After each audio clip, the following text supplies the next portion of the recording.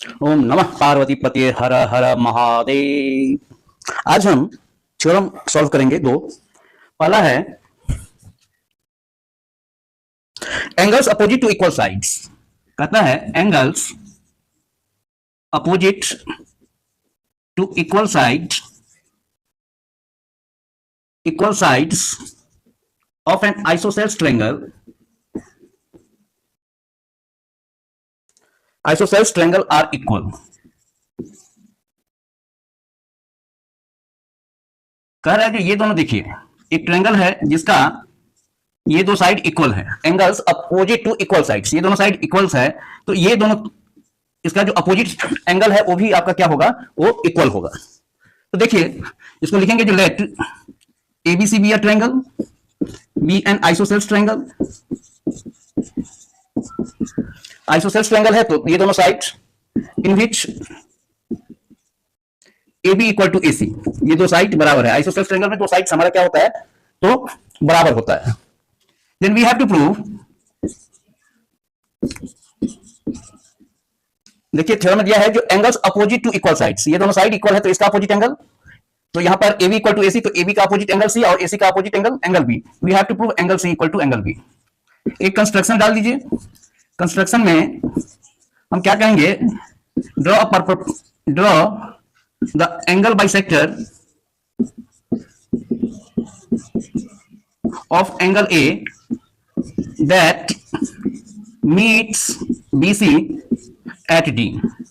इसका angle bisector डाल दिए हम, जो BC को D पर मिलता है। अब आइए proof work. In triangle ABD and triangle ACD, इस दोनों जब एंगल बाइसेक्टर डाल दिए तो ये एंगल आपका और ये एंगल दोनों आपस में बराबर हो गया। एंगल बाइसेक्टर जो एंगल को बाइसेक्ट करते, दो इक्वल पार्ट में बांटते हैं, ABD एंड ACD। तो हम देख रहे हैं जो AB इक्वल टू AC, ये आपका गिवन है। इसके बाद angle BAD equal to angle CAD by construction, angle bisector हम ड्रॉ किए हैं और AD तो दोनों में है भाई, तो AD इक्वल टू AD। तो आप कह सकते हैं कि by SAS triangle ABD is congruent to triangle ACD। Therefore by CPCT क्या हो जाएगा, बाय CPCT AD, तो AD का सामने का कोण एंगल B, यहां पर इस ट्रायंगल में AD के सामने का कोण आपका एंगल C, तो by CPCT angle B equal to angle C proved. इसके बाद दूसरा थ्योरम है जो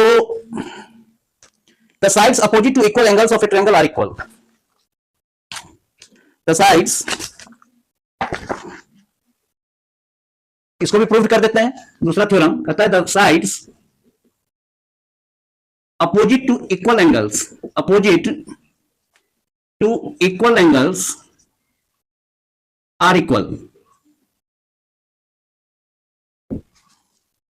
तो इसको देखिए, यहां पर ये भी एक आइसोसेल्स ट्रायंगल है। यहां पर कहता है ये एंगल इस एंगल के बराबर है, तो इस दोनों के सामने की जो भुजा होगी, साइड जो होगी, वो भी इक्वल होगा। दैट मींस AB और AC इक्वल होगा। तो लिख सकते हैं कि let ABC be a triangle,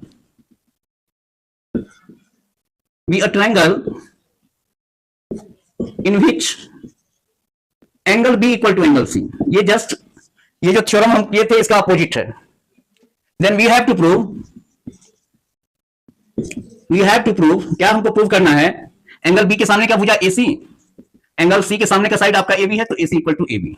इसमें भी एक कंस्ट्रक्शन डाल देते हैं। Construction, draw the angle bisector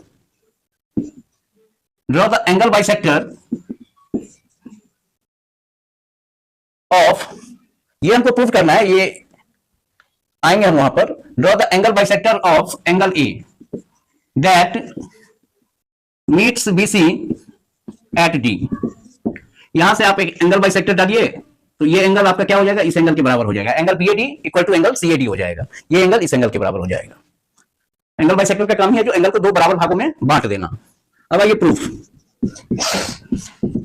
आइए in triangle ABD and triangle ACD में आप क्या देख रहे हैं, जो angle B equal to angle C आपका गिवन है, फिर आप देख रहे हैं जो angle B A D equal to angle C A D, किससे? बाय कंस्ट्रक्शन से, बाय कंस्ट्रक्शन से।